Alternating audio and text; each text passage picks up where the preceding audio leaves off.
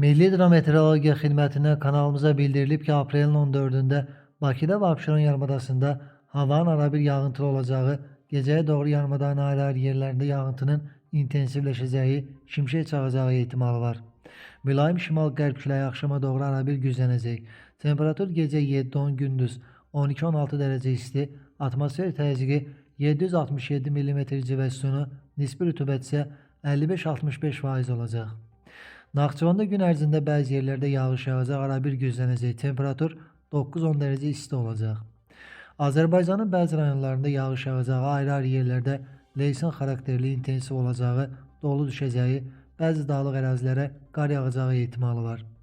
Gecə və səhər duman müşahidə olunacaq. Qərb küləyi arabir güclənəcək. Temperatur gecə 5-10, gündüz 11-16 dərəcə isti, dağlarda gecə 3 dərəcə şaxtadan 2 dərəcəyə qədər isti, gündüz 5-10 dərəcə isti olacaq.